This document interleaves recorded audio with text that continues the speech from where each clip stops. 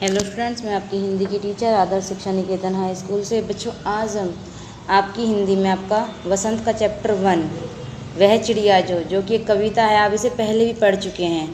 तो बच्चों, उस टाइम मैंने आपको इसकी सप्रसंग व्याख्या नहीं कराई थी, ठीक है। तो आज हम उसकी कविता की व्याख्या करेंगे, ठीक है। आपने 5th क्लास में भी की होगी कि कोई कविता लिखते हैं तो उसमें सबसे पहले उस कविता का प्रसंग, फिर उसका सरलार्थ और उस लास्ट में उसका भावार्थ लिखते हैं। तो ये हम चैप्टर 1 का करेंगे आज, ठीक है। नेक्स्ट क्लास में चैप्टर 4 का करेंगे, क्योंकि वो भी एक कविता है, चांद से थोड़ी सी गप्पें, ठीक है। तो आज हम चैप्टर 1 का शुरू करते हैं। वह चिड़िया जो, यानी कि जो पहला आपका पैरा है, उस पैराग्राफ में बच्चों क्या है, प्रस्तुत पद्यांश हमारी हिंदी की पाठ्य पुस्तक वसंत भाग 1 में संकलित वह चिड़िया जो नामक कविता से लिया गया है। इसके रचयिता कौन थे, मैंने आपको बताया था, केदारनाथ अग्रवाल। इन पंक्तियों में कवि ने खान पान तथा स्वभाव के विषय में बताया है।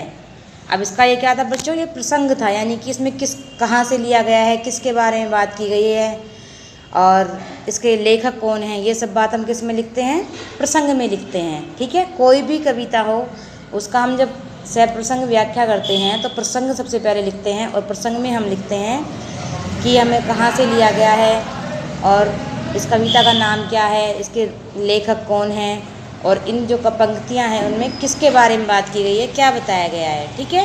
तो यहाँ पे हमने वही लिखा। उसके बाद बच्चों बात आती है सरलार्थ की। सरलार्थ में बच्चों जो कविता का जो आपका पद्यांश दिया हुआ होता है, उस पद्यांश का सरल शब्दों में अर्थ, सरलार्थ मतलब समझो आप, सरल शब्दों में अर्थ, यानी कि सीधा सीधा सा क्या अर्थ होगा उसके बारे में बात करते हैं, ठीक है। तो इस पद्यांश में कवि कहते हैं, वह चिड़िया जिसके पंख नीले हैं अपनी चोंच से जौ और बाजरे के दूध से भरे दानों को रुचि के साथ खुशी से खाती है, क्योंकि उसको इन दूध से भरी हुई बालियों के दानों का स्वाद बहुत पसंद है। वह चिड़िया आकार से तो छोटी परंतु स्वभाव से संतोष रखने वाली है। उसे अनाज के दाने अत्यंत प्रिय हैं, इसी कारण वह उनको बड़े चाव से खाती है, ठीक है। ये इसका क्या हुआ बच्चों, सरलार्थ। अब आते हैं हम भावार्थ पे। सबसे पहले हमने क्या लिखा, प्रसंग, उसके बाद लिखा हमने सरलार्थ, फिर हम लिखेंगे भावार्थ। भावार्थ का मतलब होता है कि इसमें भाव क्या है, इसमें क्या बात बताई गई, किस भाव को दर्शाया गया है। तो भाव यह है कि चिड़िया का रंग कैसा है, नीला है। वह शरीर से छोटी परंतु स्वभाव से संतोषी है।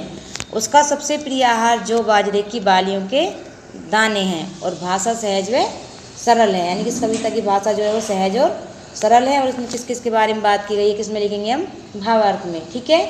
ये आपका पहला पैरा कंप्लीट हो गया। ऐसे आपका नेक्स्ट पैरा शुरू होगा, वह चिड़िया जो, लास्ट में उसमें मुझे भी जन से बहुत है प्यार, ठीक है। तो इसमें वही प्रसंग लिखेंगे। सबसे पहले प्रसंग में मैंने लिखा है पूर्ववत। पूर्ववत का मतलब है बच्चों आपका, जो आपने प्रसंग पहले वाले प्रसंग में लिखा था, यानी कि पैरा जो एक आपका पद्यांश एक था, उसका जो प्रसंग था उसमें जो हमने लिखा था, ठीक है, वही आएगा। उसके साथ साथ क्या आएगा, और इन पंक्तियों में कवि ने नीली पंखों वाली चिड़िया के मधुर गान तथा आकाश में स्वतंत्र रूप से उड़ने का वर्णन किया है, ठीक है। सरलार्थ में वही, किसमें सरल शब्दों में क्या कह रहा है कवि कहते हैं, वह चिड़िया जब अपने मुक्त कंठ से मधुर स्वर में गाती है तो जंगल में रहने वाले पशु पक्षी तथा लोगों को खुशी मिलती है। वह छोटी सी मुँह बोली चिड़िया है जिसके नीले पंख अत्यंत सुंदर हैं। वह आसमान में मधुर गीत गाते हुए स्वतंत्र रूप से उड़ती है, ठीक है। अब इसका भावार्थ देखते हैं। इसका भावार्थ है, भाव यह है कि चिड़िया जब अपने मुक्त कंठ से मधुर स्वर में गाती है तो जंगल में रहने वाले सभी प्राणी प्रसन्न हो जाते हैं। वह चिड़िया गाना गाते हुए आसमान में उड़ जाती है, भाषा सहज व सरल है, ठीक है। आया समझ में। अब पैराग्राफ जो, यानी कि पद्यांश 3 है, वह चिड़िया जो डैश डैश है नदी से बहुत है प्यार, यानी कि जो इसकी पंक्तियाँ हैं, पैरा 3 है, पद्यांश 3 है, उसकी पंक्तियों प्रसंग में वही पूर्वज, यानी कि जो पहले वाले के प्रसंग में लिखा हुआ था, इसके कहाँ से ली गई है, इसके कवि कौन है, ठीक है, क्या नाम है कविता का, वही सब उसके, ये सब तो लिखना ही है हर प्रसंग में आपको। साथ साथ इन पंक्तियों में छोटी गर्वीली चिड़िया द्वारा नदी का जल पीने का वर्णन किया गया है।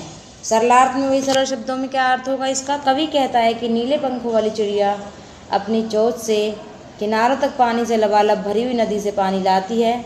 उस अथाह जल राशि वाली नदी की क्षमता गहराई का अनुमान लगाकर चिड़िया अपनी चोंच में जल रूपी मोती लेकर आती है तथा उससे अपनी प्यास बुझाती है। इसी कारण छोटी होते हुए भी वह गर्व करने वाली चिड़िया है।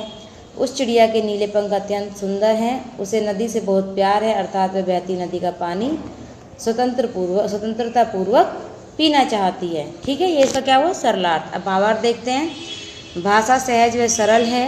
भाव यह है कि नीले पंखों वाली छोटी चिड़िया अपनी चोंच से नदी का जल लेकर आती है तथा जल से अपनी प्यास बुझाती है। यानी कि भावार्थ में क्या भाव निकल के आ रहे हैं वो लिखना है आपको।